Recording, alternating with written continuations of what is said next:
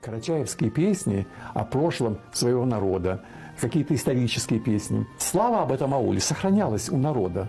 Она сохранялась в каких-то сказаниях, в песнях. Вот. И Лермонтов запомнил все это.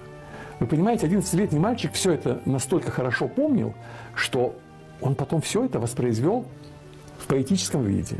И вот он своим поэтическим даром написал очень много работ, я имею в виду под словом работ, поэм, стихотворений, в которых рассказывал о Кавказе.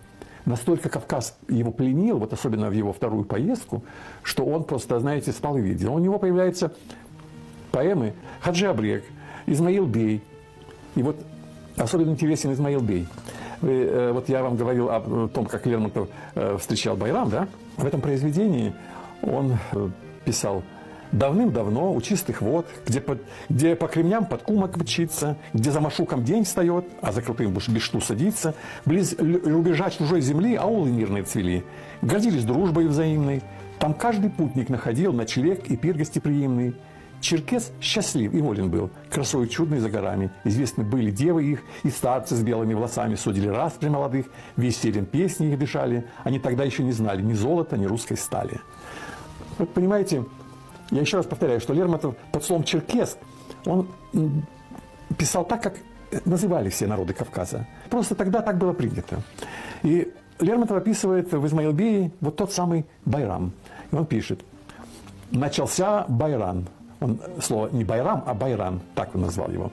Везде веселье, ликование, мулла оставил Алкоран, и не слыхать его признания. Мечеть кругом освещена, всю ночь над хладными скалами огни краснеют за огнями. Уж скачка кончена давно. Стрельба затихнула, темно. Вокруг огня певцу внимая, столпилась юность удалая. И старики седые в ряд с немым вниманием стоят. На сером камне безоружен сидит неведомый пришлец. Наряд войны ему не нужен, он горд и беден, он певец.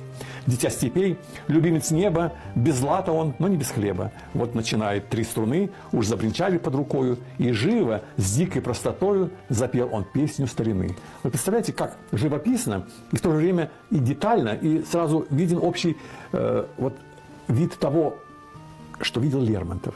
Как этот немолодой уже, старый певец с седой бородой, как он, аккомпанируя на музыкальном инструменте, на котором были три струны, он стал петь песню старины. И вот потом смысл этих песен Лермонтов воплотил в жизнь, воплотил в своих произведениях. Лермонтов очень интересовался тюрками, тюркским языком.